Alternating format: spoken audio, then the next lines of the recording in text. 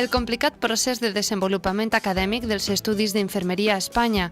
Aquest és l'eix de la monografia publicada per la Universitat Jaume I sota el títol Desarrollo del Màster i Doctorado Oficial d'Enfermeria en Espanya.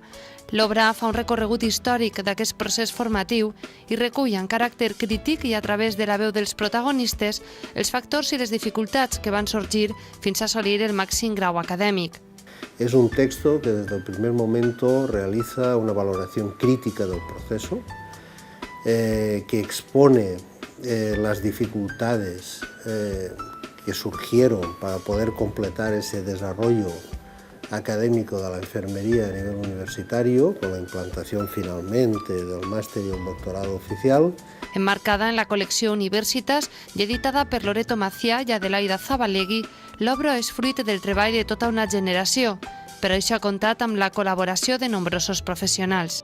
Estos 10 años de trabajo han sido muy satisfactorios para todos nosotros, porque al final hemos podido celebrar que la enfermería española está al nivel que se merece, ¿no? Al mismo nivel que cualquier otra disciplina española y también al nivel de la enfermería a nivel internacional, con su grado, máster y doctorado.